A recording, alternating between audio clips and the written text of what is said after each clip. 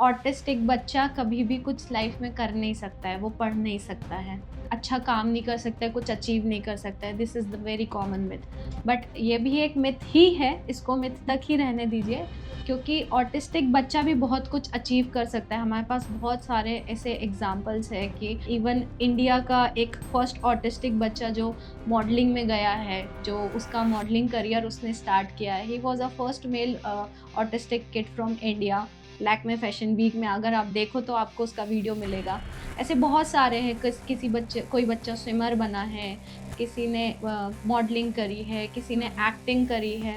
बहुत सारे एग्जाम्पल हमारे सामने हैं, तो आप उसके बारे में थोड़ा सर्च करें कि मिथ को मिथ तक ही रहने दीजिए। जैसे अभी आपको डॉक्टर श्रृंगाली ने बताया कि ऑटिज़म क्या है, ये एक न्यूरो डेवलपमेंटल इम्पेयरमेंट होता है।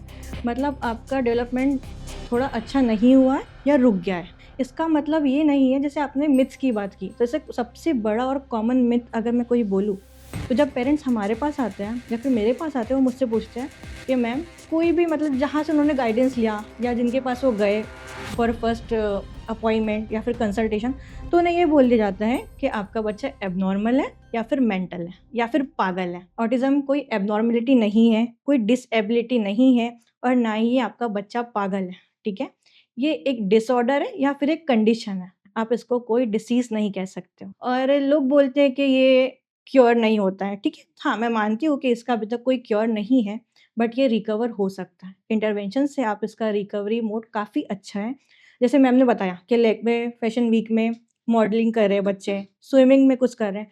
ये बच्चे एबनॉर्मल नहीं है, ये यूनिक है। हो सकता है इनका इंटेलिजेंस आपसे कहीं ज़्यादा हो या आपसे थोड़ा कम हो या आपके इतना हो। और ये भी मैं आपको बताते चलूँ कि इनका इंटेलिजेंस अब बढ़ भी सकता है। A parent is paying fees, usually private schools का वही है, if you are getting paid for that, ठीक है ना, थोड़ा ही डिसेबल है, या तो स्पीच डिले होगा या फिर वो चलने में आप उस कुछ पे होगा, वर्क कर सकते आप हो। उस पे वर्क कर सकते हो। जैसे डेफिनिटली। जैसे स्पेशलिस्ट आप जैसे वो लोग एक इन हाउस रख सकते हैं, आई थिंक करेक्ट, एक प्रॉपर ओटी जिसने proper I think educated OT को एक हायर कर लो, है ना, as a correct, seller, correct. Right, जैसे टीचर्स को हायर करते हैं, और वैसे स्टूडेंट्स को एडमिशन देना हो सकता है, वो नॉर्मल बच्चों के साथ में रह के वो भी उस तरह एटलीस्ट के 50% तक का नॉर्मल तो हो ही सकता है, correct, according to me, if I am not wrong. Yes yes correct, you yes are correct, true. हो सकता है। है ऐसे ना? ऐसे ग्रुप थेरेपी ऑर्गेनाइज कर ली हुँ। स्कूल वालों ने, सेशंस ले लिए, हुँ, तो हुँ। काफी हेल्प हो सकती है। रादर देन आप उनको डीमोटिवेट करने के बजाय आप उनके हुँ, पेरेंट्स को हुँ। नेगेटिव बात बोल रहे हैं।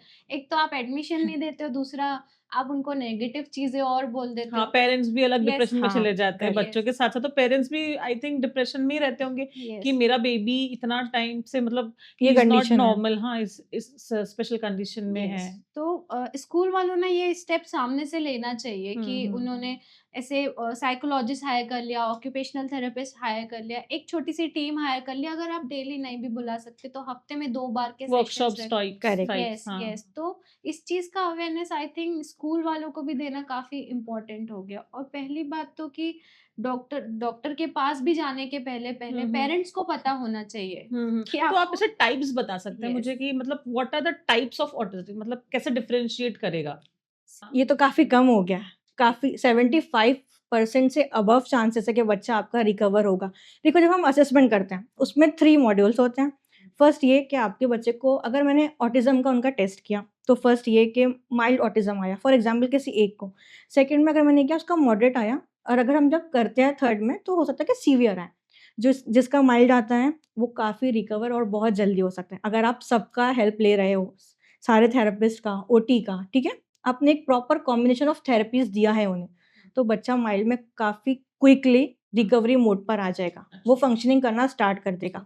अगर वो मॉडरेट पे है, तो उसके लिए भी वो काफ़ी जल्दी कर सकता है। बट सीवियर कंडीशन में आपको थोड़ा पेशेंस रखने पड़ेंगे, एक्सेप्टेंस रखनी पड़ेगी, नॉलेज रखनी पड़ेगी। पेरेंट्स को उतना एजुकेशन होना इम्पोर्टेंट है। आजकल के पेरेंट्स अगर उतना ही रोल प्ले करेंगे, जितना एक थेरेपिस्ट रोल प्ले करता है ऑटिस्टिक किड की लाइफ में, तो उतने जल्दी आपका बच्चा क्योर हो सकता है, ठीक हो सकता है, रिकवर हो सकता है। आप बोल रहे हो कि अंडरस्टैंड कराओ, इतना अंडरस्टैंडिंग का सब जगह बातें होता है, नहीं कर पाते हैं बच्चे अंडरस्टैंड। तो क्यों नहीं कर पाते? क्या आप प्रॉपर इंटरवेंशन ले रहे हो? आपको ये भी समझना पड़ेगा, आपको ये चीज़ पता होनी चाहिए कि ऑटिज़्म के बच्चे को आप कितना भी इंस्ट्रक्शन दो, अगर आप वो नहीं सुन रहा तो वो नहीं नहीं सुनेगा, सुन नहीं समझ पाएगा। फिर वो हुँ। किसी भी टॉपिक पे हो, वो एजुकेशन हो, सेक्स एजुकेशन हो, गुड टच हो, बैड टच हो, बिहेवियर हो।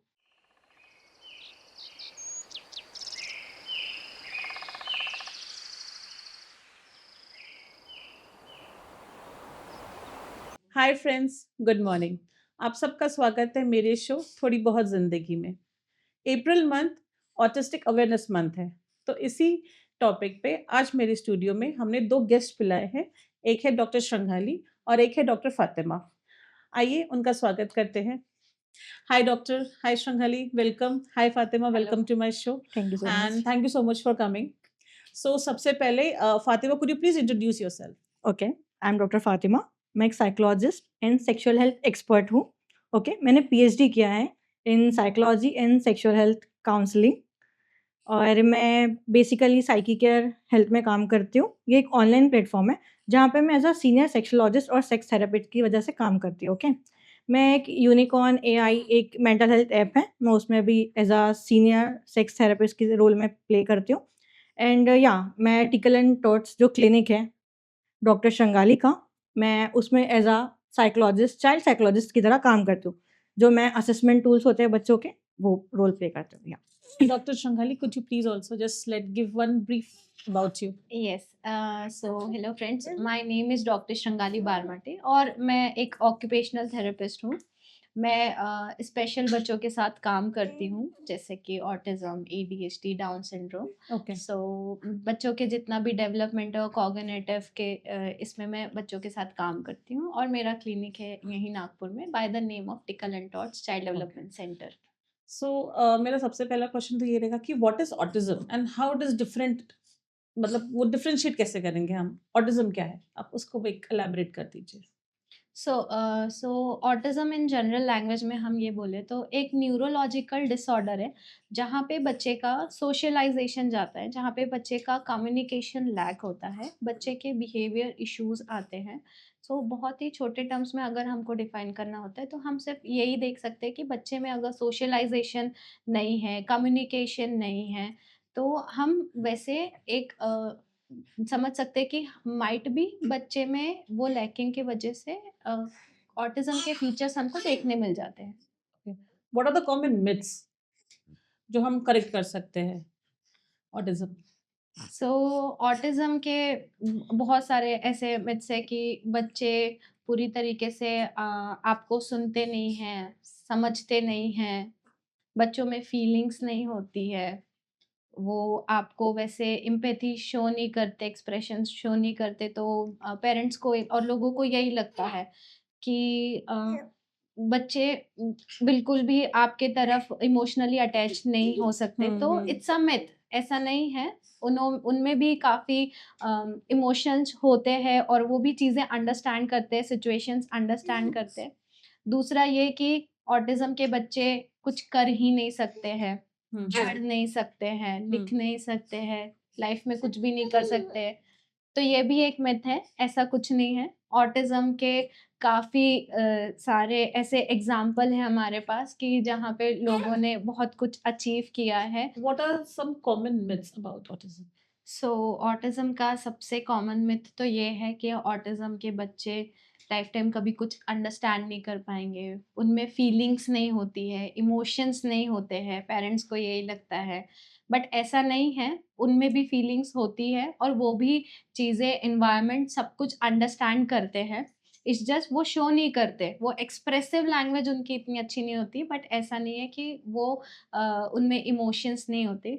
दूसरी चीज़ कि ऑटिस्टिक बच्चा कभी भी कुछ लाइफ में कर नहीं सकता है, वो पढ़ नहीं सकता है, वो कुछ अच्छा काम नहीं कर सकता है, कुछ अचीव नहीं कर सकता है। This is the very common myth. But ये भी एक मिथ ही है, इसको मिथ तक ही रहने दीजिए, क्योंकि ऑटिस्टिक बच्चा भी बहुत कुछ अचीव कर सकता है। हमारे पास बहुत सारे ऐसे एग्ज़ाम्पल्स हैं कि ऑटिस्टिक बच्चे काफ़ी कुछ अच्छा कर सकते हैं। इवन इंडिया का एक फर्स्ट ऑटिस्टिक बच्चा जो मॉडलिंग में गया है, जो उसका मॉडलिंग करियर उसने स्टार्ट किया है। He was a first male autistic kid from India. Lakme fashion week में अगर आप देखो तो आपको उसका वीडियो मिलेगा। ऐसे बहुत सारे हैं, किसी बच्चे, कोई बच्चा स्विमर बना है, किसी ने मॉडलिंग करी है, किसी ने एक्टिंग करी है। बहुत सारे एग्ज़ाम्पल हमारे सामने हैं, तो आप उसके बारे में थोड़ा सर्च करें कि मिथ को मिथ तक ही रहने दीजिए। तो व्हाई इट इज इम्पोर्टेंट कि एक्सेप्टेंस, जो ऑटिज्म अवेयरनेस से ज्यादा ऑटिज्म एक्सेप्टेंस होना चाहिए, है ना? कि लोग शायद पेरेंट्स लोग एक्सेप्ट करें कि हमारा बेबी इट्स ऑटिस्टिक एंड उसका एक प्रॉपर एटलीस्ट नहीं प्रॉपर पूरा फुल टू सोल्यूशन हो बट थोड़ा सा रिकवरी है उसको एक्सेप्ट करे कि माय बेबी इज ऑटिस्टिक है ना तो Yes. व्हाट्स डिफरेंस लाइक सी अवेयरनेस की बात करें तो ठीक है, अवेयरनेस तो आज तक लोगों में पहुंच चुकी है कि ऑटिज्म का अवेयरनेस है पेरेंट्स को जिनके बच्चे को ऑटिज्म है उनको भी वो भी अवेयर है कि उनके बच्चे को ऑटिज्म है। बात आई एक्सेप्टेंस की, पता तो है बट एक्सेप्ट नहीं करते। ओके वो खुद ही एक्सेप्ट नहीं करना चाहते कि उनके बच्चे को ऑटिज्म कैसे हुआ, एक्सेप्टेंस नहीं कि हमारे ही बच्चे को ऐसा क्यों हुआ। तो वो एक्सेप्टेंस पेरेंट्स में नहीं है। दूसरी चीज़ वो एक्सेप्टेंस जब पेरेंट्स में नहीं है तो फिर वो एक्सेप्टेंस सोसाइटी में नहीं है। फिर सोसाइटी भी वैसे Correct. ही नज़रिए से देखती है। तो सबसे पहले आप लोगों को पेरेंट्स का ही काउंसलिंग करना होगा कि बिल्कुल। आप Yes. एक्सेप्ट करो यस, पेरेंट्स को, सोसाइटी को, स्कूल को कि ऐसे बच्चों को भी हक है दूसरों के साथ बैठने का, पढ़ने का, है ना? तो वो एक्सेप्टेंस जब सोसाइटी में आएगी, पेरेंट्स में आएगी तो उनका भी एक self esteem, self confidence develop होगा। तो एक्सेप्टेंस इज इम्पोर्टेंट।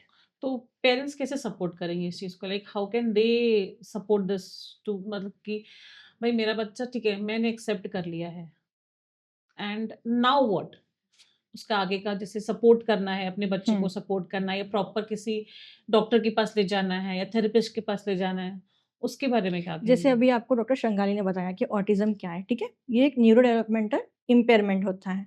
मतलब आपका डेवलपमेंट थोड़ा अच्छा नहीं हुआ है या रुक गया है, ओके? इसका मतलब ये नहीं है जैसे आपने मिथ्स की बात की, जैसे सबसे बड़ा और कॉमन मिथ अगर मैं कोई बोलूँ, तो जब पेरेंट्स हमारे पास आते हैं या फिर मेरे पास आते हैं, वो मुझसे पूछते हैं कि मैम कोई भी मतलब जहाँ से उन्होंने गाइडेंस लिया या जिनके पास वो गए फॉर फर्स्ट अपॉइंटमेंट या फिर कंसल्टेशन, तो उन्हें ये बोल दिया जाता है कि आपका बच्चा एबनॉर्मल है या फिर मेंटल है या फिर ओह! पागल है। बट ऑटिज़्म कोई एबनॉर्मलिटी नहीं है, कोई डिसेबिलिटी नहीं है और ना ही ये आपका बच्चा पागल है, ठीक है? ये एक डिसऑर्डर है या फिर एक कंडीशन है। Autism is just a condition. आप इसको कोई डिसीज़ नहीं कह सकते हो। और लोग बोलते हैं कि ये क्योर नहीं होता है, ठीक है? हाँ, मैं मानती हूँ कि इसका अभी तक कोई क्योर नहीं है, बट ये रिकवर हो सकता है। इंटरवेंशन से आप इसका रिकवरी मोड काफ़ी अच्छा है। जैसे मैम ने बताया कि लेक में फैशन वीक में मॉडलिंग कर रहे हैं बच्चे, स्विमिंग में कुछ कर रहे हैं। ये बच्चे यूनिक हैं, ठीक है?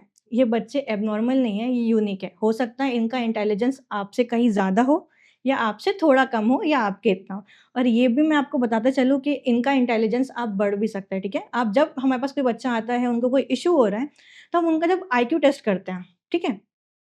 तो हम देखते हैं कि शायद वो हमारे पास जब आया तो उनका 70 हो या 50 हो, ठीक है?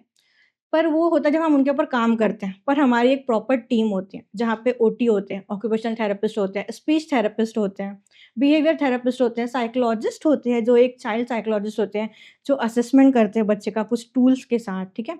ओटी उन पर काम करते हैं, सेंसरी थिंग्स है, स्टिमुलस है, काफ़ी चीज़ों पे वर्क करता है। तब एक कॉम्बिनेशन ऑफ थेरेपीज़ से बच्चा रिकवर होगा। अगर आप बोलोगे कि आप किसी के पास चले गए और आपने सिर्फ़ एक चीज़ दी, तो बच्चा रिकवर होगा, इसकी गारंटी थोड़ी कम है। तो कितने परसेंटेज चांसेस है लाइक बच्चे का रिकवर होने का 40-50 इतना ये तो या काफ़ी बेटर? कम हो गया है। ओके काफ़ी 75% से अबव चांसेस है कि बच्चा आपका रिकवर होगा। देखो जब हम असेसमेंट करते हैं, उसमें 3 मॉड्यूल्स होते हैं। हुँ। फर्स्ट ये कि आपके बच्चे को अगर मैंने ऑटिज़्म का उनका टेस्ट किया, तो फर्स्ट ये कि माइल्ड ऑटिज़्म आया, फॉर एग्ज़ाम्पल किसी एक को। सेकंड में अगर मैंने किया उसका मॉडरेट आया और अगर हम जब करते हैं थर्ड में तो हो सकता है कि सीवियर आए। जिसका माइल्ड आता है, वो काफ़ी रिकवर और बहुत जल्दी हो सकता है। अगर आप सबका हेल्प ले रहे हो, सारे थेरेपिस्ट का, ओटी का, ठीक है? आपने एक प्रॉपर कॉम्बिनेशन ऑफ थेरेपीज़ दिया है उन्हें, तो बच्चा माइल्ड में काफ़ी क्विकली रिकवरी मोड पर आ जाएगा। वो अच्छा। फंक्शनिंग करना स्टार्ट कर देगा। ओके अगर वो मॉडरेट पे है, तो उसके लिए भी वो काफ़ी जल्दी कर सकता है। बट सीवियर कंडीशन में आपको थोड़ा पेशेंस रखने पड़ेंगे, एक्सेप्टेंस रखनी पड़ेगी, नॉलेज रखनी पड़ेगी। पेरेंट्स को उतना एजुकेशन होना इम्पोर्टेंट है। आजकल के पेरेंट्स अगर उतना ही रोल प्ले करेंगे, जितना एक थेरेपिस्ट रोल प्ले करता है ऑटिस्टिक किड की लाइफ में, तो उतने जल्दी आपका बच्चा क्योर हो सकता है, ठीक हो सकता है, रिकवर हो सकता है। तो जो नॉर्मल ऑटिस्टिक एक इंडिविजुअल है what challenges he faces in day to day life like what parents का चैलेंज हो गया या सोसाइटी का चैलेंज हो गया पीपल यूजुअली मूव बहुत से लोगों को बोल मतलब उनको तरीका ही नहीं होता कि मैं कैसे बात करूं अरे तू तो पागल है है ना? ये what are the basic and normal common challenges they face? सबसे फर्स्ट कि आप उनको कुछ भी बोल देते हो कि ये एबनॉर्मल है या फिर ये पागल है या इसमें समझ नहीं है, ठीक है? हम बेसिक लैंग्वेज में, लेमन लैंग्वेज में जैसा भी बोल सकते हैं वैसा बोलते हैं कि पागल है। सबसे बड़ा स्टेटमेंट या फ्रेज ये होता है, पागल है ये बच्चा, जिसका भी ये बच्चा पागल है, हाँ, ठीक है? कि अंडरस्टैंडिंग नहीं है हाँ, और पेरेंट्स में भी इतना अवेयरनेस नहीं है, हम्म, एक्सेप्टेंस भी बहुत कम बोलूंगी मैं। आजकल के पेरेंट्स हैं जो अभी हम जो नई सोसाइटी में आते हैं, ठीक है, हम जितना ज़्यादा हमारा स्टेटस है उस हिसाब से मतलब पेरेंट्स के अंदर है वो एक्सेप्ट करते हैं और बच्चों पर काम भी करते हैं। बट आप कुछ लोगों को देखोगे, जैसे हम अगर थोड़े पहले के शहर में चले जाएं जो इतने अवेयर नहीं है, करेक्ट, तो वहाँ पे अवेयरनेस काफ़ी कम है। एक्सेप्टेंस की तो आप बात ही मत करो, नॉलेज तो बहुत ही कम है, 0% नॉलेज में बोलूंगी। ऑटिज्म क्या है लोगों को ये भी नहीं पता, तो उसके साइंस और सिम्टम्स कैसे बताओगे, कॉसेस कैसे बताओगे, या बच्चे को ट्रीट कैसे करोगे आप? तो वो सोच लेते कि मेरा बच्चा पागल है, हाँ। दे गो टू अ साइकियाट्रिस्ट और पागल और खाना अगर आपने जैसे। किसी ऐसे ही मतलब जिनका इसमें कोई एक्सपीरियंस नहीं है या फिर वो स्पेशलिस्ट नहीं है, वो बोल देंगे कि ये बच्चा पागल है, तो फिर आप कैसे इसको ट्रीट कर सकते हो? आपके माइंड में तो एक बात बन गई ना कि बच्चा पागल है, इसका ट्रीटमेंट तो कुछ है ही नहीं। जैसे हम पहले सुनते हुए आ रहे हैं, हमने पास में भी देखा होगा, अभी अवेयरनेस काफ़ी हो रही है बिकॉज़ ऑफ इंटरनेट, और फिर कुछ जैसे हम लोग इनिशिएटिव लेते हैं, आप जैसे लोग इनिशिएटिव लेते हैं, ठीक है? हम डॉक्टर से थेरेपिस्ट इनिशिएटिव लेते हैं कि हाँ, हमें कुछ करना है तो हमें इसकी अवेयरनेस फैलानी है, करेक्ट? पहले तो ये सब नहीं था, तो बच्चों को क्या बोलते थे, एबनॉर्मल है, आपका बच्चा पागल है, तो पेरेंट्स उस पे कभी काम ही नहीं करते हैं। हाँ, उन्हें राइट, लगता है दे कि डोंट नो, मतलब पागल है तो कोई फिर इसका कुछ फ़ायदा ही नहीं है। हाँ, राइट, पागल उसको बोलते हैं जो मेंटली रिटार्डेड होते हैं, डिसेबल होते हैं, उन्हें हम कहते हैं पागल। बट आजकल उनके लिए भी गाइडलाइंस है कि आप किसी को भी ऐसे वर्ड नहीं बोल सकते हो जिससे उसका मेंटल हेल्थ डिस्टर्ब हो या उससे हर्ट हो जाए, करेक्ट? ओके, उसके ओके, इमोशनल हेल्थ डिस्टर्ब नहीं होना चाहिए। और एक्सेप्टेंस की भी बात आ गई तो चलो ठीक है कि पेरेंट्स ने वो चीज़ एक्सेप्ट कर लिया सोसाइटी में कि हमारे बच्चे को इशू है, हमारा बच्चा ऑटिस्टिक है, तो पेरेंट्स ने तो एक्सेप्ट कर लिया, सोसाइटी ने तो नहीं एक्सेप्ट किया। हाँ, चलो हाँ, ठीक है, सोसाइटी ने भी एक्सेप्ट कर लिया, सोसाइटी भी सपोर्ट कर रही है। बट जब बात स्कूल की आती है ना, तो वहाँ पे एडमिशंस नहीं मिलना, ऐसा बोलना राइट, कि राइट, आपका बच्चा तो कुछ भी नहीं कर सकता, हम इस पे एफर्ट्स क्यों लें? ओके, तो उसको उसकी तरीके के लर्निंग स्कूल में डिसेबिलिटी डालिए। है आपके बच्चे को, तो हम क्यों लेंगे उसका यस, एडमिशन? तो लेते नहीं है क्या स्कूल में यूजुअली? रेपुटेशन की बात आती है ना उनकी, तो वो लोग अवॉइड नहीं, तो करते हैं। But what if a parent is paying fees, usually private schools का वही है, if you are getting paid for that, so वो लोग रखना चाहिए। आई थिंक स्कूल्स ने ऐसा निकालना चाहिए कि ठीक है ना, थोड़ा ही डिसेबल है, या तो स्पीच डिले होगा या फिर वो चलने में आप उस कुछ पे होगा, वर्क कर सकते आप हो। उस पे वर्क कर सकते हो। जैसे डेफिनेटली। जैसे स्पेशलिस्ट आप जैसे वो लोग एक इन हाउस रख सकते हैं, आई थिंक करेक्ट। एक प्रॉपर ओटी जिसने proper I think educated OT को एक हायर कर लो, है ना, एज अ करेक्ट, सैलरी, जैसे टीचर्स को हायर करते हैं, और वैसे स्टूडेंट्स को एडमिशन देना हो सकता है। वो नॉर्मल बच्चों के साथ में रह के वो भी उस तरह एटलीस्ट के 50% तक का नॉर्मल तो हो ही सकता है, correct, according to me, if I am not wrong. Yes, yes, correct, you are yes, correct, true. हो सकता है। ऐसे है ना? ऐसे ग्रुप थेरेपी ऑर्गेनाइज कर ली स्कूल वालों ने, सेशंस ले लिए, तो हम्म, काफी हेल्प हो सकती है, रादर देन आप उनको डीमोटिवेट करने के बजाय आप उनके पेरेंट्स को नेगेटिव बात बोल रहे हैं। एक तो आप एडमिशन नहीं देते हो, दूसरा आप उनको नेगेटिव चीजें और बोल देते हाँ, हो। पेरेंट्स भी अलग Yes, डिप्रेशन में हाँ, चले जाते हैं करेक्ट। बच्चों के साथ साथ, तो पेरेंट्स भी आई थिंक डिप्रेशन में ही रहते होंगे कि यस, मेरा बेबी इतना टाइम से मतलब ये इज नॉट कंडीशन है। नॉर्मल, हाँ इस स्पेशल कंडीशन में है। यस। तो स्कूल वालों ने ये स्टेप सामने से लेना चाहिए कि उन्होंने ऐसे साइकोलॉजिस्ट हायर कर लिया, ऑक्यूपेशनल थेरेपिस्ट हायर कर लिया, एक छोटी सी टीम हायर कर लिया। अगर आप डेली नहीं भी बुला सकते तो हफ्ते में 2 बार के वर्कशॉप सेशंस Correct. यस, हाँ, यस। तो इस चीज़ का अवेयरनेस आई थिंक स्कूल वालों को भी देना काफ़ी इम्पोर्टेंट हो गया। और पहली बात तो कि डॉक्टर के पास भी जाने के पहले पहले पेरेंट्स को पता होना चाहिए कि तो आप आपको इसे टाइप्स बता सकते हैं यस मुझे कि मतलब what are the types of autism, मतलब कैसे डिफरेंशिएट करेगा?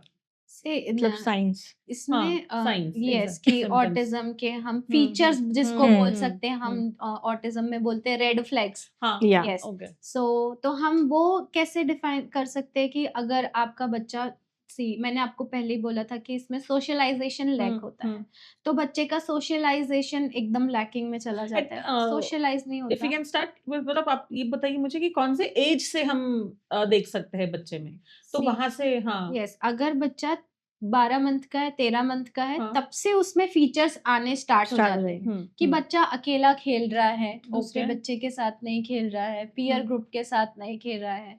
दूसरा, अगर आप उसका नाम भी ले रहे हो तो वो सुन नहीं रहा है अच्छा। ना। जैसे कुछ बच्चे होते हैं ना, उनमें स्पीच का आ जाता है, बा बा का एक वर्ड तो भी आने लगता है, बैबलिंग आ जाती है। अगर वो बैबलिंग भी नहीं आई है, अगर आई कांटेक्ट भी नहीं दे के बात कर रहा है ना, आप बोल रहे हो, उसका नाम बोल रहे हो, बट वो सुन ही नहीं रहा है, तो बहुत छोटे छोटे से ये फीचर्स है जो आप घर पे 13 महीने के से देख सकते हो। एंड द थिंग इज ना कि ऑटिज्म में ऐसी भी होता है कि बच्चा 2 साल तक तो मैम बोलता था, सब कुछ करता था, तो उसमें क्या होता है ना, ऑटिज्म में ये सब रिग्रेशन में चला जाता है। कभी कभी सब कुछ डेवलपमेंट होने के बावजूद रिग्रेशन में चला जाता है वो बच्चा, तो पेरेंट्स भी कंफ्यूज हो जाते हैं कि पहले तो सब था। तो आपको ये चीज भी समझनी है कि अगर बच्चे में रिग्रेशन जा रहा है, वो रिग्रेशन वाला स्टेज आ रहा है अगर आपके बच्चे में, तो थोड़ा सा ध्यान दो कि देखो कि क्या क्या फीचर्स आपको उसमें दिख रहे हैं। ओके, ये तो हुई मेंटली। जैसे फिजिकली भी अगर देखा जाए तो ऐसे फिजिकल ये नहीं बोल रही कि वो लंगड़ा के चल रहा है या हाथ से कुछ है, तो ऐसा कुछ होगा ना जो पेरेंट्स को लगता है ये तो नॉर्मल है, बट हाँ। It is not normal. ऐसा कुछ है फिजिकल काफ़ी एक्टिविटी? एग्रेशंस होना, ठीक है? काफ़ी गुस्सा होना, एंगर इश्यूज़ होना बच्चे के अंदर, सेल्फ हिटिंग करना, सेल्फ हार्म करना या फिर दूसरों को ओके, मारना, ओके, ओके। सोशली स्माइल नहीं करना। जैसे मैंने आपसे मिला फर्स्ट टाइम, मैं आपको थोड़ी-सी स्माइल दे दूँगी, करेक्ट? हाँ, हाँ, हाँ। बट उसने वो अवॉइड करना, अवॉइडेंस नेचर है, या फिर हम एक ग्रीट करके मिलते हैं किसी से, वो सब अवॉइडेंस पे चल जाता है सारी चीज़ें। अच्छा। मतलब एक सोशल इंटरेक्शन नहीं है, कंसंट्रेशन नहीं है प्रॉपर्ली। जैसे मैम ने बोला कि आपने बोला उसका नाम पुकारा बच्चे का, उसने नहीं देखा, मतलब वो रिस्पॉन्स नहीं कर रहा है, उसको नहीं Okay. पता उसका नाम क्या तो है। ये सब फिजिकल डिसेबिलिटी में आ जाती है। Yes Okay. यस, ये सो जैसे ये लेकिन वो लोग चलना फिरना उठना Yes. बैठना everything is normal with them, yes है ना? यस यस बाकी रेस्ट थिंग्स जो है आई कांटेक्ट्स जो आपने बोला दैट इज अटेंशन नहीं है। अटेंशन नहीं देना। जैसे अगर एक ऑटिस्टिक चाइल्ड है, वो आपके सेंटर पे आता है, जी। व्हाट आर द मतलब बेसिक हाउ डू स्टार्ट? जैसे आप ट्रीटमेंट बोलो, आप थेरेपी बोलो, what are the first steps that you take, what are the ठीक है। रोल? सबसे फर्स्ट मतलब हम डायग्नोस कैसे करते हैं, करेक्ट? जैसे हम्म। पेरेंट्स को अगर उनके फीचर्स दिख गए या फिर किसी ने बोला, नोट किया कि आपके बच्चे में थोड़ी चीजें हैं जो तो डिफरेंट है पेरेंट्स थोड़ी। कभी नोटिस भी नहीं करते, ऐसा भी हाँ, होता है? होता है, काफी होता है ओके। कि फिर लेट हो जाता है काफी, हाँ। ठीक है, डिले हो जाता है। जैसे पेरेंट्स स्पीच के लिए आते हैं, ओके। मोस्टली स्पीच के लिए ही आते हैं कि बच्चा अच्छा। हमारा 3 साल का हो गया, वो कुछ बोल नहीं रहा है, तब हमें पता चलता है कि हाँ, डायग्नोसिस पे कि हाँ, बच्चे को ये कंडीशन है, ये ऑटिज्म डायग्नोस हो रहा है, ठीक है? तो सबसे फर्स्ट ये है, मैं पहले बताऊंगी आपको कि जब आपका बच्चा 4 से 6 महीने का हुआ, आप तब से उसको नोट करना स्टार्ट कर दो, क्योंकि बिकॉज बच्चा स्माइल कर रहा है या नहीं कर रहा है। अगर आप उसका नाम पुकारते हो तो 6 महीने में ऐसा होता है कि बच्चा रिस्पॉन्स हाँ, करता हाँ, है, स्माइल देता है, अपने पेरेंट्स को तो देता है, ठीक है, हम्म, भले ही दूसरों को ना दे, इग्नोर करे, बट वो अपने पेरेंट्स को और जो जिनसे वो अवेयर होता है, ठीक है, आसपास के फैमिली लोग जिसको मेंबर्स डेली देख रहा है या वो, हाँ। उन्हें वो रिस्पॉन्स देता है, तो आप वहीं से नोट करना स्टार्ट कर दो कि हाँ, बच्चा देख रहा है, हंस रहा है, अगर नहीं कर रहा है तो क्यों नहीं कर रहा है, आप वो थोड़ा नोट करते रहो। आप लगे तो आप नोट डाउन करते रहो चीज़ों को। जब बच्चा आपका धीरे धीरे 1 साल तक हो रहा है, 1.5 साल तक आ गया है, तो आप देखते रहो कि क्या क्या चीज़ें हैं जो उसमें थोड़ी डिफरेंट है। ओके। जैसे हमारे चाइल्डहुड में वो बिल्कुल डिफरेंट है, हमसे तो बिल्कुल अलग है हमारा बच्चा, बट आप दूसरे बच्चों को नोट कर सकते हो कि इसके बच्चे ने कब बोलना स्टार्ट किया, कब चल रहा है, तो कब क्या कर रहा है। नॉर्मली भी डिले होता है ना? होता है, बट आजकल ऐसा है ना कि आजकल अगर हम नॉर्मल के चक्कर में जाए तो चीज़ें छूट जाती है पीछे, हम काफ़ी लेट हो जाते हैं, क्योंकि ऑटिज्म अभी मैं बोलूँगी काफ़ी नॉर्मल कॉमन हो रहा है, ठीक है? ओके। हर तीसरे बच्चे को ऑटिज्म, एडीएचडी डायग्नोस होता है। Yes okay. जी, तो डायग्नोस कैसे करते हैं? डायग्नोस करने के लिए हमारे पास कुछ टूल्स होते हैं, असेसमेंट होते हैं, जो साइकोलॉजिकल असेसमेंट होते हैं, ठीक है? हमारे इंडियंस भी है और कुछ फॉरेनर्स के भी है, जिन्होंने बनाया है, साइंटिस्ट ने, साइकोलॉजिस्ट ने, रिसर्चर्स ने। अच्छा, असेसमेंट बनाया हुआ है जी, जो कॉमन आप लोगों को जी, फॉलो करना है। जी, Yes. हम पता Okay. लगाते हैं कि कौन सी चीज़ें बच्चे में हैं, हाँ। किस तरह से है, क्या स्कोर होगा, तो बच्चे को हमें किस लेवल पे लेबलिंग देनी है कि बच्चे को Okay. माइल्ड ऑटिज्म है, मॉडरेट है या फिर सीवियर कंडीशन का अच्छा। बच्चा है। तो पहले असेसमेंट टूल होता है, उससे हम पहले उनकी चेकलिस्ट होती है, कुछ बिहेवियर चेकलिस्ट होती है, एक ईज़ा टेस्ट है जो निमांस ने बनाया है, ठीक है? हम इंडियन मेंटल हेल्थ सर्विस है वो, तो हम उसको देख के हम ज़्यादातर उसको फॉलो करते हैं ईज़ा को, कि हाँ, मतलब ऑटिज्म का टेस्ट है, वो एक टूल है, असेसमेंट टूल है कि बच्चे का क्या लेवल आ रहा है। अगर माइल्ड आता है तो उस तरह से उसे थेरेपी जाती है, मॉडरेट आता है उस हिसाब का उसका शेड्यूल और रूटीन होता है, सीवियर का अलग होता है। फिर हम्म, हम मिलके डिस्कस करते हैं कि किस तरह से हमें काम करना है बच्चे पर, हम्म। सेंसरी लगेगा नहीं लगेगा, क्या कंडीशन है बच्चे के, क्या सिम्टम्स है, क्या साइंस है और कब से। तो assessment, what do you mean by assessments? Like, are they giving proper examination or something? ठीक है, हाँ, पेन पेपर वाला असेसमेंट होता है। मैं आपको ये बात बता दूँ, क्लियर कर दूँ, बहुत सारे लोगों को डाउट है कि अगर वो एमआरआई करवाते हैं या सिटी हाँ, स्कैन हाँ। करवाते हैं, तो उसमें तो आ जाता उसमें है। आता है कि बच्चे को ऑटिज़्म है या एडीएचडी है, बट ऐसा बिल्कुल भी नहीं होता, ठीक है? हाँ। वो चीज़ें हम न्यूरोलॉजी में यूज़ करते हैं, अच्छा। अगर एमआरआई, बच्चे सिटी में स्कैन। यस, हाँ। अगर बच्चे में कुछ भी डिले हो रहा है, हाँ। कुछ भी है ना स्पीच का, या कभी-कभी होता है कि बच्चे को भी सीज़र्स आते हैं जो साइलेंट सीज़र्स होते हैं, What does है ना? that mean? सीज़र्स जिसको हम झटके बोलते हैं हिंदी अच्छा, में। फिट आना यस, शायद। फिट्स अच्छा, आना, अच्छा। है ना? तो बच्चे जब बीमार पड़ते हैं, कन्वल्जन आता है उनमें, ऐसा हम्म, है ना, एपिसोड्स होते हैं, तो उसके वजह से भी बच्चे रिग्रेशन में जाते हैं। हम्म। तो इसलिए हम एमआरआई और सीटी स्कैन करते हैं। बट अगर आपके पास ऑटिज़्म का आ गया है और आपको पता है कि ये चीज़ें हैं, तो हर बार आपको एमआरआई, सीटी स्कैन का ज़रूरत नहीं पड़ता है। तो असेसमेंट आप वही मैं जानना हाँ। चाहती हूँ कि what's that process, like is it some मैं काइंड ऑफ बोलूँगी एग्जामिनेशन यू हाँ, टेक? कोई भी ब्लड टेस्ट हाँ। ऑटिज़्म के लिए कुछ काम नहीं करता। हाँ। ऐसे टेस्ट करवाने भी नहीं चाहिए। हाँ। बिग नो अच्छा। बोलूँगी मैं इसके लिए। ओके। ओके।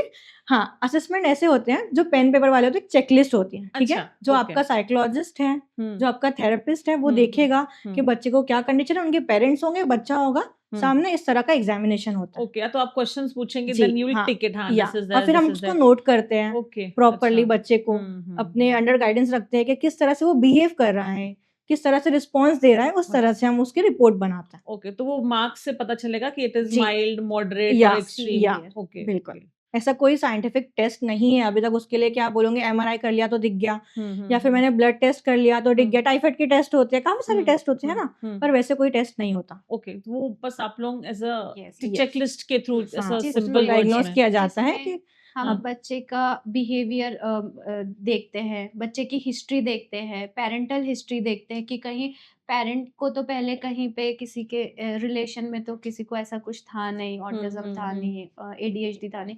उसके बाद फिर हम बच्चे का हिस्ट्री देखते हैं, तो हम वो हिस्ट्री देखते हैं, वो सारी चेकलिस्ट देखते हैं, बिहेवियर चेकलिस्ट देखते हैं, सेंसरी चेकलिस्ट देखते हैं। उसके बाद फिर हम एक इंटरवेंशन प्लान बनाते हैं अकॉर्डिंग टू किड नीड्स, कि ओके, उसकी क्या ओके। ज़रूरत है। सो छोटे बच्चे को तो आई थिंक जो ऐसे रहते हैं, आप शुरुआत से शुरू कर रहे हैं तो इट इज नॉर्मल, बट अगर ट्रिकी इज व्हेन कि आपको एक ग्रोन बच्चा मिला, जैसे टीनेजर हो गया, 18 19 20 के अब्बाओ का बच्चा हो गया, तो जैसे पहले इतना अवेयरनेस नहीं था, अभी अवेयरनेस हुआ है, तो आई थिंक कुछ पेरेंट्स ऐसे होंगे कि मेरा बच्चा तो अभी 18 साल का है, 20 साल का है, इसको तो ये काफी टाइम से है। तो वैसे बच्चे भी आते होंगे, मतलब उतने बड़े लोग भी आपके पास में आते होंगे थेरेपी के लिए? उम, आते हैं हमारे पास ऐसे, हुँ। बट हमारा चाइल्ड डेवलपमेंट जो एज ग्रुप है वो हम 16 इयर्स तक लेते हैं। बट हाँ, ऐसे भी टीनेजर्स होते हैं जो पहले उनको थेरेपी नहीं मिली, या थेरेपी थी तो वो गलत थेरेपी मिली है, तो ऐसे भी पेरेंट्स हैं जो परेशान होते हैं, तो उनके साथ डील करना भी इट्स लाइक तो वो वेरी आप करते हैं ना, डिफिकल्ट। मतलब अगर यस, एक ग्रोन अप आया यस। है आपके पास में कि ही वांट्स कि प्रॉपर उसमें डायग्नोस चाहिए, हाँ, तो प्रॉपर फिर हम डायग्नोस करते हैं। चाहिए, तो उसके कितने चांसेस है कि वो थोड़ा बहुत भी अगर सुधर सकता है, या क्योंकि काफ़ी बड़ा हो गया ना उस वक़्त, तो उसको भी कैसा, वो भी आई थिंक ऐसे बच्चे लोग खुद भी अंडरस्टैंडिंग होने लगते हैं कि we are differently abled, correct. And उसमें ट्रीटमेंट के चांसेस रहते हैं कि वो सुधरेगा या थोड़ा बहुत इम्प्रूवमेंट आएगा।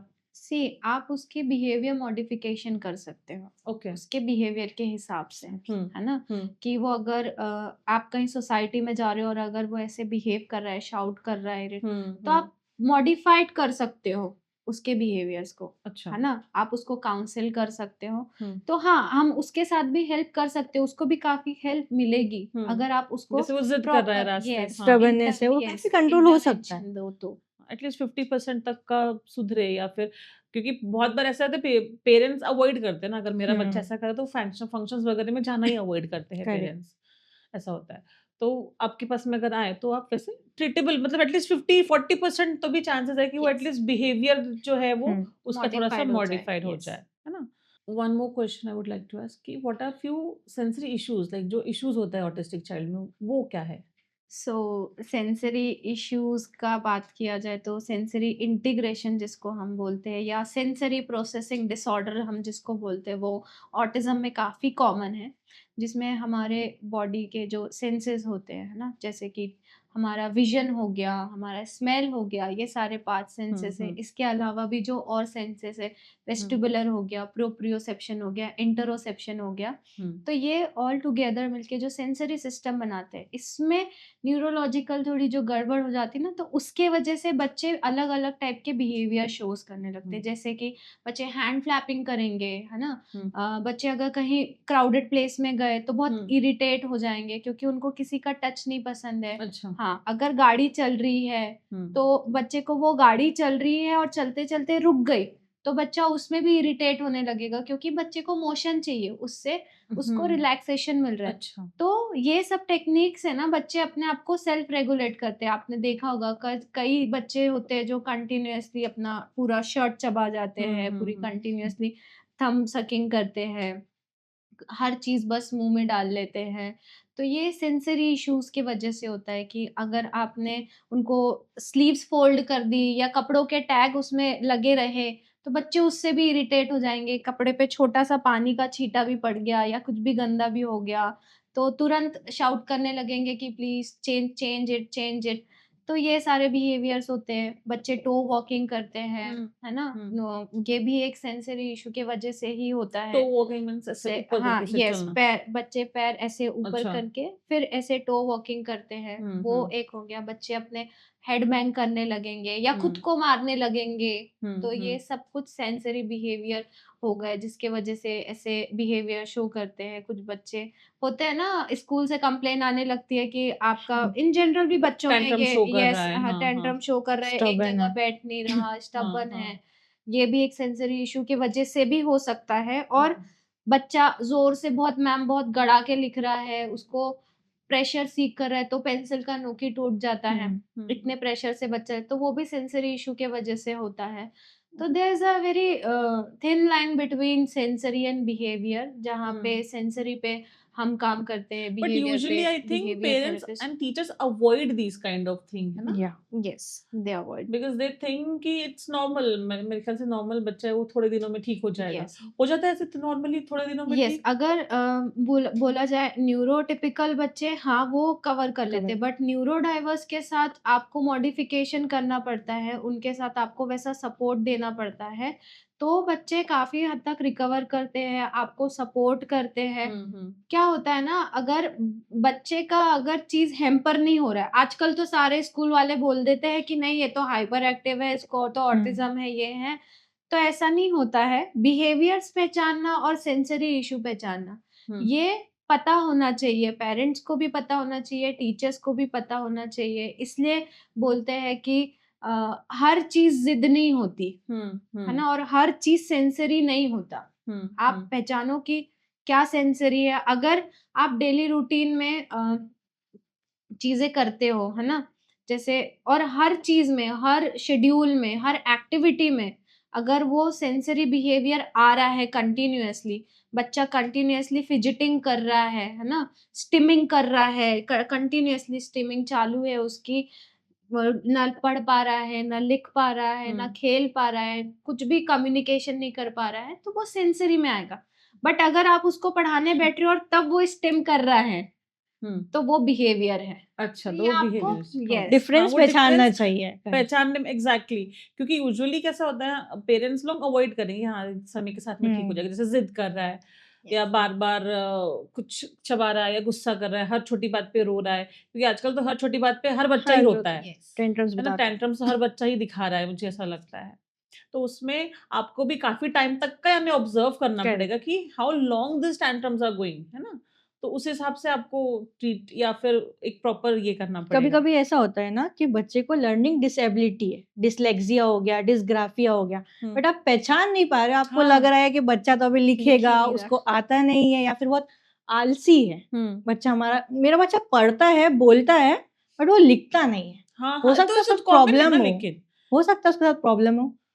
एंड ओके इतना प्रेशर लिखता नहीं है मतलब लाइक वो लिखना ही नहीं चाहता है या लिखता है और वो थक जा रहा है क्योंकि आजकल देखो बच्चों को राइटिंग वर्क बहुत मिलता है स्कूल में, correct, so most of the बच्चे ऐसे होते हैं वो उनको जान पे आता है कि यार मुझे इतना सारा लिखना है। कुछ बच्चे पेंसिल उठा के ही नहीं लिखना चाहते, वो फर्स्ट लाइन भी नहीं लिखना चाहते। अच्छा। हमें समझता है ना हाँ कि हाँ। बच्चा जो है वो आलसी है, वो उसके जान पे आ रहा है, वो नहीं लिखना चाह रहा है, करेक्ट। और एक बच्चा होता है जिसको लिखना ही नहीं है या फिर उसको लिखना आ ही नहीं रहा है, उसको पता ही नहीं है ग्रिप कैसे करना है पेंसिल और पेन को। मतलब कोई ना कोई ओके। इश्यूज है बच्चे के साथ, अच्छा। ग्रिपिंग नहीं है, हम्म। वो भी सेंसरी में आ जाता है अगर उसके हाथ में ग्रिपिंग नहीं है, वो ओके। प्रॉपरली पकड़ नहीं पा रहा है।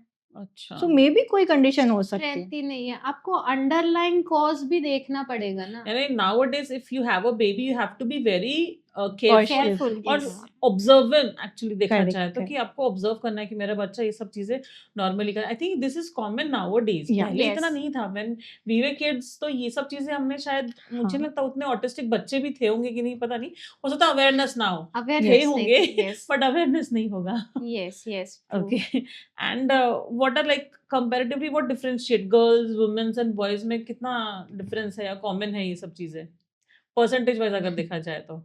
सो 3:1 का जो रेशियो है हम्म। कि 3 बॉयज में एक गर्ल Girl. को ऑटिज्म होगा, तो अच्छा। ऐसा 3:2 का, क्योंकि बॉयज में ज़्यादा ऑटिज्म देखने को मिलता है। एंड अगर दोनों में डिफरेंशिएट भी किया जाए तो तब भी गर्ल्स ज़्यादा एक्सप्रेसिव होती हैं हम्म। और बॉयज उनका एक्सप्रेसिव लैंग्वेज नहीं होता है इतना, हम्म। तो गर्ल्स में काफ़ी इमोशंस वो शो कर देती है, हम्म। ऑटिज्म में भी बॉयज नहीं कर पाते हैं। ओके। यस, सो वहाँ पे भी डिफरेंस है। What changes a autistic child goes through when, like जब वो प्यूबर्टी के टाइम पे आता है, like when he is grown up, what are the changes you see? Okay, ऐसा होता है कि अगर कोई बच्चा नॉर्मल है, ठीक है, तो उसकी एक एज होती है जब वो प्यूबर्टी हिट करता है, करेक्ट।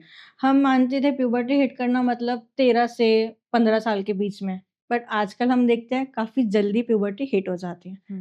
जैसे गर्ल्स को भी काफ़ी अर्ली पीरियड्स आने लगे हैं, हाँ, किसी आजकल को 8 7-8 इयर्स में आ साल जाते में। हैं या 9 इयर्स। हमारे टाइम पे शायद या फिर पहले 15 इयर्स, 14 इयर्स, 13 इयर्स ऐसा होता था, मैक्सिमम करेक्ट। था, मतलब 13 इयर्स स्टार्टिंग था। स्टार्टिंग था, हाँ। 15-16 तक जाता था क्योंकि हम्म। लेट होता था वो। हम्म। बट अभी काफ़ी अर्ली पीरियड्स हैं और हम्म। प्यूबर्टी भी अर्ली हिट होती है, अर्ली प्यूबर्टी हिट होती है।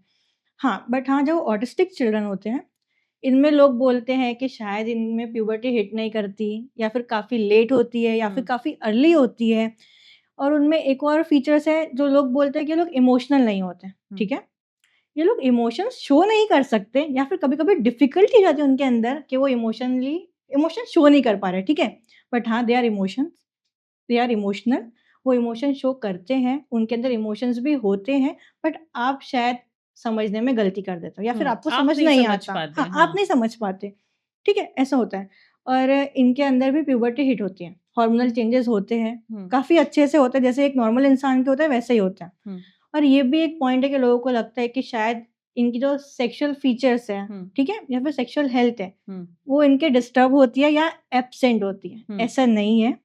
जैसे हमारी सेक्सुअल हेल्थ होती है, जैसे हमारे वो सेक्सुअल पार्ट्स डेवलप होते हैं, ग्रोन होते हैं, वैसे उनके भी नॉर्मली होते हैं। बट हो सकता है कभी अर्ली हो जाए या कभी काफ़ी डिले हो। देयर इज़ अ डिफरेंस, वो बच्चे पे डिपेंड करता है या फिर उसका मेंटली कैसा है, फिज़िकल कैसा है, ठीक है? उसके हार्मोनल कितने जल्दी हो रहे हैं या फिर कभी-कभी ये चीज़ हमारे जेनेटिक पे डिपेंड करता है। कि हमारे फादर या मदर को कब हिट किया, लेट किया, अर्ली किया, उस वजह से भी काफ़ी हमारे अंदर डिफरेंसेस आ सकते हैं। बट उन्हें सेक्सुअल फीलिंग्स भी आती है, इमोशनल भी होते हैं और उन्हें प्यूबर्टी भी हिट होती है। तो when they grown up, like जैसे आपने बोला सेक्सुअल उनको जल्दी आ जाता है, तो एट दैट टाइम वो कुछ एक्स्ट्रा करते हैं या ऐसा करते हैं जो देखो, नहीं करना चाहिए? इट्स ऐसा नॉट नहीं, नॉर्मल। देखो ऐसा हो सकता है कि कब जैसे उन्हें बिहेवियर इश्यूज़ हैं, होते हैं, ऑटिस्टिक किड है, एडीएचडी का किड है, तो उसके अंदर बिहेवियर मॉडिफिकेशन की नीड काफ़ी है, करेक्ट? हमने ये पहले भी बात की थी। तो बिहेवियर इश्यूज़ तो है, बट हो सकता है कि वो इनएप्रोप्रिएट बिहेवियर कभी कहीं कोई गलत जगह पे दिखा दे। हो सकता है ना, वो ऐसे कॉट हो जाए, ऐसे पकड़े जाएँ कि जो अनवांटेड चीज़ें उन्हें किसी के सामने नहीं करना है, बिकॉज़ उनके अंदर अंडरस्टैंडिंग की कमी है, ठीक है? उन्हें शायद प्रॉपर्ली समझ नहीं आ रहा है कि हमें क्या करना है, क्या नहीं करना है। इसके लिए पेरेंट्स, थेरेपिस्ट, जो उनके डॉक्टर्स हैं, जो उनके साइकोलॉजिस्ट हैं, जो उनके ऑक्यूपेशनल थेरेपिस्ट हैं, उन्हें ये समझाना चाहिए हम्म, पेरेंट्स को कि बच्चा जब प्यूबर्टी हिट करता है हम्म, तो प्रॉपर एक सेक्स एजुकेशन की नीड है, हम्म, ठीक है? प्रॉपरली आप उनको बताओ, और पेरेंट्स को भी नीड है, क्योंकि पेरेंट्स को नहीं बताता, पर पेरेंट्स को ये लगता है हमारा बच्चा थोड़ा डिस्टर्ब है, या फिर वो ऑटिस्टिक है, या फिर लोग बोलते हैं एबनॉर्मल है, मेंटल हेल्थ है, कुछ इशू है, पागल है, तो लगता है कि ये सब चीजें शायद उनके अंदर आएंगी नहीं, या हम्म, फिर वो ये सब फेज से गुजरेंगे नहीं, ठीक ओके, है? ओके। तो इस बारे में हमें अवेयरनेस तो और उस वक्त पेरेंट्स तो को शायद आप एजुकेट लोगों को करना इम्पोर्टेंट है, काफी मेरे ख्याल से उस वक्त तो आप लोगों को भी काफी ये रहना पड़ेगा नहीं, अवेयर कॉन्शियस कि हाँ, रहना पड़ता है। कॉन्शियस कि हाँ yes if he is understanding, क्योंकि प्रॉपर बहुत बार यस ऐसा होता है अगर if he is not educated उसमें, तो वो गलत publicly he can do correct, something correct. Yes wrong. इसलिए तो जो आपको ऑक्यूपेशनल थेरेपिस्ट बताते हैं ना कि मतलब बैड टच और गुड टच क्या है। हाँ यस हाँ exactly. So the thing is ना कि आप बोल रहे हो कि अंडरस्टैंड कराओ, इतना अंडरस्टैंडिंग का सब जगह बातें होता है, नहीं कर पाते हैं बच्चे अंडरस्टैंड, तो क्यों नहीं कर पाते? क्या आप प्रॉपर इंटरवेंशन ले रहे हो?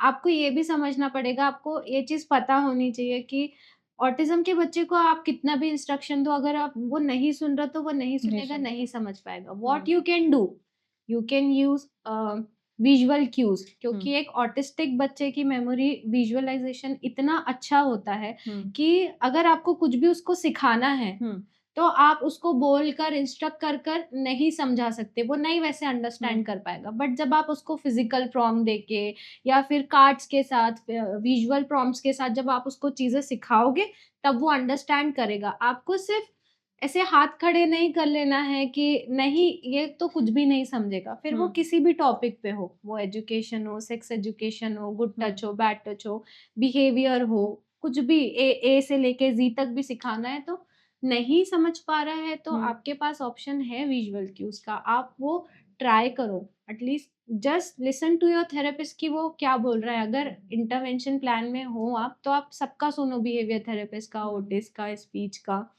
वो सब मिलके आपको हेल्प करने के लिए ही बैठे हैं। Okay. Correct. And how important is, मतलब कम्युनिटीज का क्या रोल है इसमें, how important their role is? Community का बहुत बड़ा रोल है यहाँ पे, क्योंकि कम्युनिटी जब एक सेफ और कंफर्ट देती है किसी ऑटिस्टिक बच्चे को या फिर न्यूरो डाइवर्स कम्युनिटी को, है ना, तो पहले तो उनको ऐसे एक्सेप्ट करना चाहिए कि न्यूरो डाइवर्स भी एक ऐसी कम्युनिटी है जहाँ पे उनको भी एक कंफर्ट चाहिए होता है ना, एक सिक्योरिटी चाहिए होती है। बट अगर आप उनको सिर्फ एग्रेशन दिखाओगे और या तो फिर उनको बैड वर्ड्स यूज करोगे तो उनको भी समझ आता है वो चीज। ऐसा नहीं है कि हमने बोला इतना कि अंडरस्टैंड नहीं करते, बट अंडरस्टैंड करते और उनको वो चीज समझ आती है। और अगर आप खुद ही नोटिस कीजिएगा कि कभी आप किसी ऑटिस्टिक बच्चे से मिलोगे और अगर आपका बिहेवियर उसके साथ बहुत अच्छा हुआ और सामने वाले ने अगर उसके साथ कुछ नेगेटिव अप्रोच किया या नेगेटिवली बात किया तो ही लाइक्स यू, वो आपको लाइक करेगा, आपको पसंद करेगा। जस्ट अ न्यूरोटिपिकल किड, जैसे न्यूरोटिपिकल किड को आप होते ना अच्छे पसंद हो, चॉकलेट दे रहे हो, सब करो तो आपके पास आएगा। बट अगर किसी ने बैड वर्ड यूज किया या बोला नहीं तुम गंदे हो तो नहीं जाएगा। तो सेम वैसा भी बच्चा बिहेव करता है, उसको भी एक कंफर्ट चाहिए। सोसाइटी में इतनी इंक्लूसिविटी की बात होती है, इंक्लूजन होना चाहिए, इंक्लूजन होना चाहिए, बट इंक्लूजन का बस बात ही हो रही है, अमल नहीं हो रहा है। यस यस, इंक्लूसिविटी की समझ ही नहीं है लोगों की, इंक्लूजन है ही क्या। पहले समझो कि इंक्लूसिविटी क्यों इम्पोर्टेंट है, क्या है ये। एक स्कूल में इंक्लूजन होना चाहिए, इंक्लूसिव सोसाइटी बनाओ कि सबको बराबरी का हक है। आपकी सोसाइटी है तो उनकी भी सोसाइटी है। आई थिंक जो मीडिया इन्फ्लुएंसर्स हैं उन लोगों का सबसे मोर इम्पोर्टेंट, उन्होंने भी इसमें अवेयरनेस में पार्टिसिपेट करना चाहिए, क्योंकि लोग जो फॉलो करते हैं है ना, तो वो डेफिनेटली देखेंगे। और इस चीज के बारे में अगर कोई इन्फ्लुएंसर बोल रहा है, मीडिया इन्फ्लुएंसर, तो उसकी नॉलेज उसकी नॉलेज भी, हाँ, और लोग सुनेंगे उसको, और एटलीस्ट अमल उनके आसपास में अगर वैसा कोई बच्चा दिखता है, यस, तो I think that is important if you can just say on that. Yes, so it is really important कि अगर आप ऐसा इंक्लूसिव इन्वायरमेंट बनाते हो, मोस्टली जैसे आपने बोला एक सेलिब्रिटी होते हैं, अगर वो ये सब चीज़ें करे तो it would be a very great help, you know, क्योंकि जो पेरेंट उसका बच्चा ऑटिस्टिक है, हर चीज़ का थेरेपी का खर्चा उसको लग रहा है, so there is no insurance policy कि कोई भी इंश्योरेंस हाँ। ऑटिज्म को कवर करता Correct. हो, है ना, ये हम्म चीज भी नहीं है उसमें। हम्म तो वो पेरेंट किस स्ट्रेस में जा रहा है, वो चीज भी आप as a parent, as a human being, आप पेरेंट छोड़ दो, as a human being you have to understand this कि it is so important to make a secure and healthy environment for both, for neurodiverse and neurotypical. Exactly usually कैसा होता है कि जो माँ है ऑटिस्टिक चाइल्ड की, usually people blame mother only हाँ, for that autistic child. Yes, या तो बोलते हैं तू, तेरा बच्चा पागल है, तू उसे छोड़ दे कहीं, उसको हॉस्टल में डाल दे, यहाँ डाल दे, या दूसरा कर ले। और वो ब्लेमिंग गेम, माँ एक तो पहले ही वो अपने ऑटिस्टिक बच्चे के साथ डील कर रही है, अकेले डील कर रही और है, because depress father is always at work and we can not blame father also, because if he is not earning वो बच्चा नहीं सुधर पाएगा। करेक्ट, फादर को हम ब्लेम नहीं कर सकते। बहुत बार ऐसा ही होता इज है अ कि प्रोवाइडर ना। हाँ, वो उस फादर को कैसे बोलेंगे ना हम, क्योंकि अगर वो कमाएगा नहीं तो थेरेपी कैसे करेक्ट, होगी। बट मदर को ब्लेम करना छोड़ देना चाहिए, क्योंकि इफ शी इज डूइंग, वो अकेले घर पे घर का भी काम कर रही है and handling that kid also, and she has left her job, और मतलब अर्निंग सोर्स बहुत सी औरतें कर छोड़ देती होंगी, करेक्ट, क्योंकि it's not difficult, it's very difficult for to maintain work also and to maintain the kid and the kid girl, and. Correct, और बहुत बार ऐसा होता है कि ऐसे हाँ, most importantly I would like to, मैं फोकस इसमें बोलना चाहूंगी कि अ, इस मामले ऐसे ऐसे टाइम पे ना पेरेंट्स ऐसे सेंटर्स में जाके छोड़ देते हैं, जैसे बीच में बहुत वीडियो वायरल हुआ था, बच्चे मारते हैं, है ना। अगर थेरेपिस्ट के पास में बच्चा है, तो उसमें वीडियो वायरल हुई थी कि वो बहुत मार रहा है उस बच्चे को, तो वो भी बहुत इंपॉर्टेंट है कि आप किसके पास में अपना बच्चा छोड़ रहे हो, है ना। तो आई थिंक उसमें बैकग्राउंड चेक करना चाहिए, उसके ऊपर आप बोलोगे कि मतलब कैसे चूज करें। जैसे अगर एक पेरेंट है, वो ढूंढ रहा है कि मेरे बच्चे को सेफ जोन मिले, कि भाई मारा पीटी, बहुत बार ऐसा होता है वो रील देख लिया, भाई मैं अपने बच्चे को भी छोड़ने नहीं वाला हूँ किसी भी सेंटर में, राइट, यस, है ना, कि भाई मेरे बच्चे को इतना मारेंगे, कितना मारते हैं, देखा हुआ है कि बस। और एक नहीं, दो तीन, कितने सारे रील्स मैं देख चुकी हूँ या वीडियोस देख चुकी हूँ जिसमें मार रहे हैं। तो मोस्ट इम्पोर्टेंट ये है कि कैसे एक पर्टिकुलर सेंटर जो है वो कैसे चूज करे पेरेंट, कि उसमें पता कैसे चलेगा कि ये centre is safe for my kid. See अगर पहले तो आप जाते हैं ना केबिन में कहीं पे भी, सारे डॉक्टर्स को पसंद होता है अपनी डिग्रियां शो करना। ये तो पहले देखिए आप क्लिनिक में एंटर होते से ही कि क्या उनके केबिन में उनकी डिग्री है प्रॉपर, वो ऑक्यूपेशनल थेरेपिस्ट है, साइकोलॉजिस्ट है, देखिए, नोटिस करिए। नहीं है तो पूछिए कि आप ऑक्यूपेशनल थेरेपिस्ट हैं या नहीं, क्योंकि आपको अपना बच्चा देना है उस सेंटर में, है ना, कि तो वो चीज़ देखें कि क्या उनकी डिग्री है या नहीं है उस चीज़ में प्रॉपर। ऐसा तो नहीं है कि कुछ भी सर्टिफिकेशन कोर्स कर लिया, होता है आजकल स्पेशल एजुकेशन का सर्टिफिकेट कर लिया या कुछ भी एक छोटा-सा डिप्लोमा कोर्स कर लिया और सेंटर खोल लिया और बोल दिया कि ऑक्यूपेशनल थेरेपी होती है। तो आपको उस चीज़ के लिए आपको भी क्रॉस क्वेश्चनिंग आनी चाहिए कि जब आप अवेयर नहीं होंगे, तो सामने वाला तो बैठा ही है ना उस चीज़ का फ़ायदा उठाने के लिए। तो वो चीज़ आपको नोटिस करनी है। दूसरी चीज़ कि अगर आप डेली बेसिस पे जाते हो एक्टिविटी के लिए, तो क्या आपको फीडबैक मिलते हैं, नहीं मिलते हैं? फीडबैक देखिए कि कैसे आपको फीडबैक मिलते हैं, आपके बच्चे का परफॉर्मेंस कैसा था, आज आपके बच्चे ने कैसा किया, क्योंकि एक जो जेन्युइन थेरेपिस्ट होता है वो डेली बेसिस पे आपसे बात करता है, क्योंकि उसको चीज़ें पता होती है, वो उसके साथ डेली बेसिस पे हर एक्टिविटी का परफॉर्मेंस नोटिस कर रहा है कि नहीं आज बच्चे का परफॉर्मेंस पुअर था, आज बच्चा हाइपर एक्टिव था। करेक्ट, तो ये सारे टर्म जब आपको पता होते हैं ना, तो आप इजीली पहचान जाते हो। बट डेली आप बस छोड़ रहे हो और फिर लेने आ जा रहे हो, कुछ पूछ नहीं रहे कुछ हो हाँ, पूछ नहीं रहे हो। कि कैसा कर रहा है मेरा बच्चा, कोई यस, इम्प्रूवमेंट है या यस, नहीं है। देयर आर मेनी केसेस जहाँ पे हमारे पास पेरेंट का टाइम गया है, बच्चे का पोटेंशियल चला गया उस एज का, जब 5 साल तक का एज था, उस टाइम पे जो उसका पोटेंशियल था वो एज ही चला गया है, पैसा बर्बाद हुआ है। कई पेरेंट्स के लिए पैसा इज़ नॉट कि बिग थिंग कि ठीक है हम इन्वेस्ट भी कर देंगे, बट मैम रिजल्ट्स ही नहीं आ रहे। तो बट आपकी भी तो रिस्पॉन्सिबिलिटी थी ना कि आप भी तो पूछो कि आपने क्या करा है, क्योंकि पेरेंट्स का भी एक रोल होता है ना कि आप आ रहे हो तो एटलीस्ट पूछो कि मैम आज इसने क्या किया, मैम कैसा किया, मैम इसमें आज आज हमको ऐसा दिखा, या बहुत सारे पेरेंट लाके बस छोड़ दे रहे, नहीं बताते हैं कि मैम आज ये हाइपर एक्टिव था, मैम आज इसने स्कूल में ऐसा बिहेवियर किया। कम्युनिकेशन रखिए, एक थेरेपिस्ट के, तो आपको वो जेन्युइननेस आपको वहीं से समझ आ जाती है। एंड अगर सपोज कोई एक सेंटर में छोड़ा है एक बच्चे को, तो वो बच्चा कैसे पता चलेगा कि, क्योंकि autistic child they don't express their feeling nor emotion, तो how can a parent understand कि वो सेंटर मेरे बच्चे के लिए सेफ है या नहीं है? इफ अगर उसको कोई मार रहा है वहां पे, तो वो बच्चा बता पाएगा कि मुझे वो मार रहा है, या कैसे पता चलेगा कि वो सेंटर अच्छा है मेरे बच्चे के लिए? सी, बच्चों को सेंटर्स में जाके खेलना बहुत ज्यादा पसंद होता है।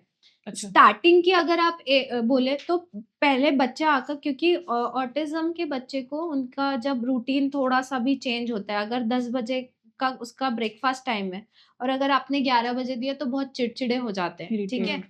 बट अगर आप बच्चे को सेंटर में डेली बेसिस पे छोड़ रहे तो बच्चे को एडजस्ट होने में 15-20 दिन, 1 महीना, 2 महीना, हो सकता है 3 महीने तक का वेट करे, ठीक है।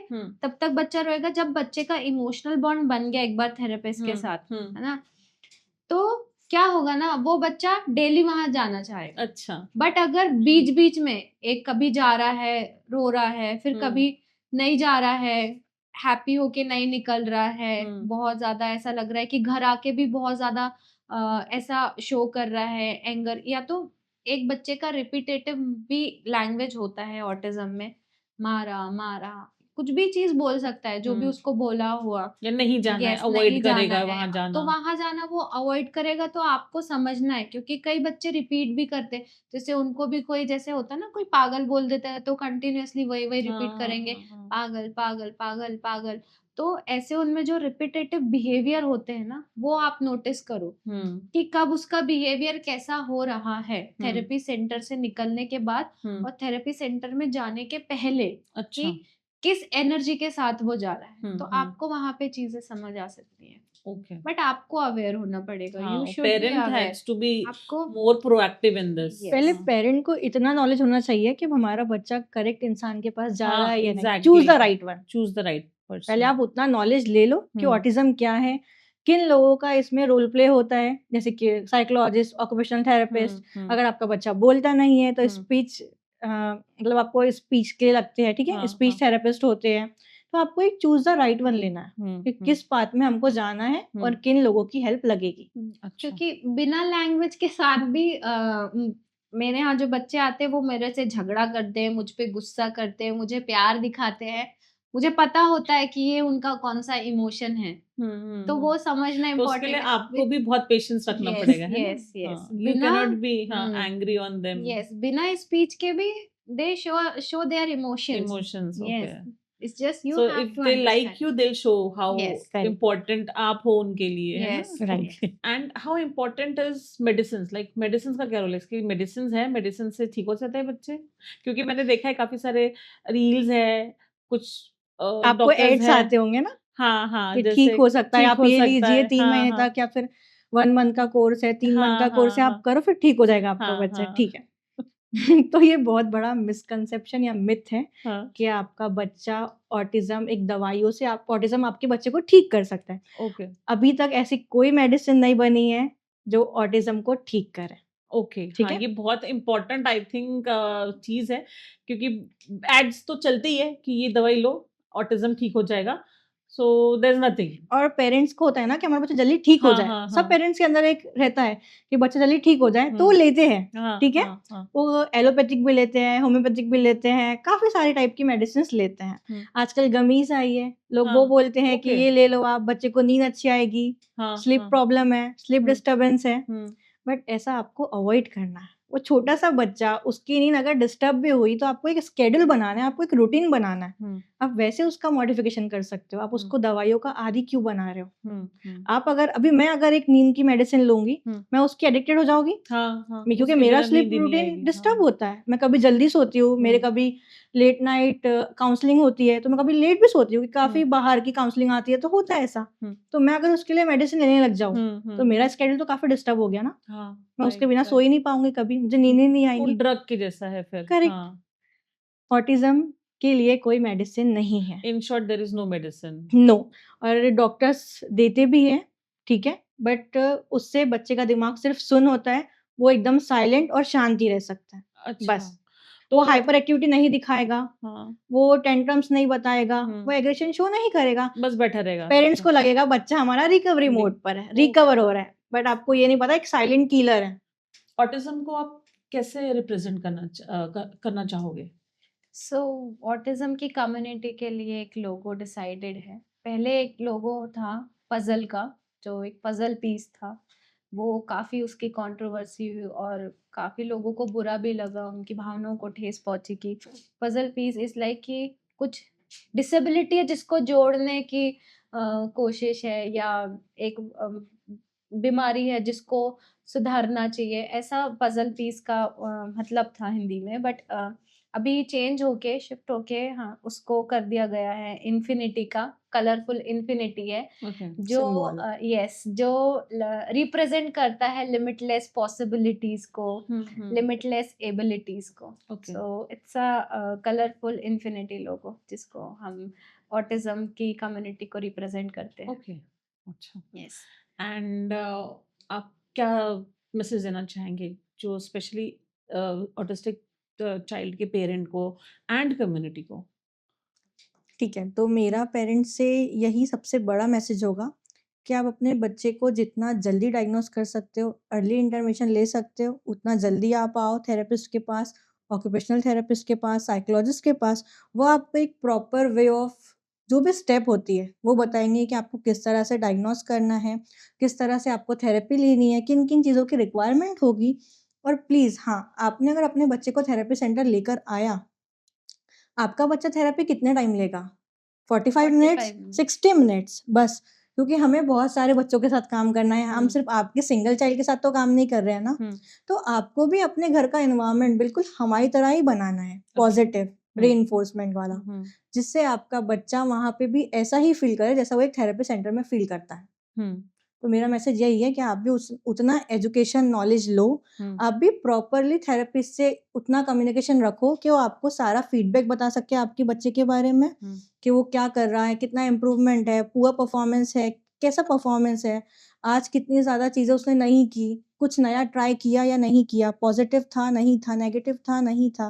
ये सब चीज़ें आपको नोट करनी पड़ेगी, नोटिस करके चलना पड़ेगा। ओके।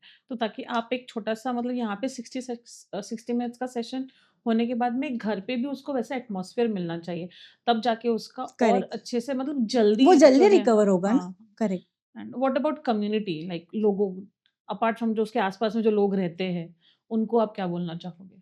तो मैं कम्युनिटी से सिर्फ यही बोलूँगी कि एक्सेप्ट करिए इन सब चीज़ों को। ऐसा नहीं है कि अगर आपका बच्चा न्यूरोटिपिकल बच्चा आपका और एक पेरेंट का न्यूरो डाइवर्स बच्चा दोनों कहीं ट्रैकिंग पे जा रहे हैं, या तो उसको ऐसा मत बोलिए कि तू उस पागल के साथ मत खेल, मार देगा वो तुझे। ये सब नेगेटिव चीज़ें यूज़ ना करके पॉजिटिव हेल्दी एनवायरनमेंट बनाएँ। सबको एक्सेप्ट करें, सबके लिए सोसाइटी सबके लिए है, बिल्कुल। अपॉर्च्युनिटीज़ सबके लिए है। हुँ। स्कूल से रिक्वेस्ट करूँगी कि वो प्लीज़ ऐसे बच्चों को ऑटिज़्म कम्युनिटी को एक्सेप्ट करें। हुँ। माइट भी वो बहुत ज़्यादा कुछ अच्छा करे। हुँ। वो हुँ। अलग है पर गलत तो नहीं है। हाँ, एग्ज़ैक्टली, है ना? वो एग्ज़ैक्टली। अलग है, गलत नहीं है, तो उनकी एबिलिटीज़ को और ज़्यादा आप मॉडिफ़ाई करें हुँ। और उनको just they deserve a chance, उनको चांस दें, बिल्कुल। एक सोसाइटी में सेफ एनवायरनमेंट दें, जहाँ पे वो कुछ अचीव दे कर फील पाएँ। सेफ लाइक ऐसा यस, नहीं कि वो लोग सब घर में रहना चाहें। करेक्ट। यस, बाहर जा रहे हैं तो बस लोग उनको ताने दे रहे हैं एंड तू जा मेरे बच्चे के साथ नेगेटिव मत बोल खेल, रहे हैं उनके नेगेटिव बारे में। अप्रोच ना करे। तो यस, ही वो भी एटलीस्ट बाहर निकलने से डरेंगे नहीं, है ना? यस, मैं फिर से राइट। बोलूँगी वो एब्नॉर्मल नहीं है, हाँ, पागल नहीं है, सिर्फ़ यूनिक बच्चे हैं। हाँ, उनकी एग्ज़ैक्टली। यूनिकनेस मैंने को पहले भी समझिए। यही एक्सेप्ट बोला था, करें। अभी भी मैं लास्ट में यही बोलूँगी कि वो यूनिक बच्चे हैं। Okay, actually. यूनिकनेस को समझिए और सपोर्ट कीजिए। Thank you so much Fatima, thank you so much Shringali. आपने बहुत अच्छा इन्फॉर्मेशन दिया ना। आई होप कि जो पेरेंट्स ये देख रहे हैं एंड उनके बच्चों को अगर इस चीज़ की ज़रूरत है, बिल्कुल। तो वो एक प्रॉपर जगह पे जाए और उनको थोड़ा बहुत इन्फॉर्मेशन मिला होगा, ना पूरा सही, थोड़ा बहुत तो इन्फॉर्मेशन मिला होगा उनको and they go in right path. Correct. ना thank you so much for sharing such a wonderful information with us. Thank you so much for coming. Thank you you are so much most Fatima. Welcome. Thank you so much. Bye.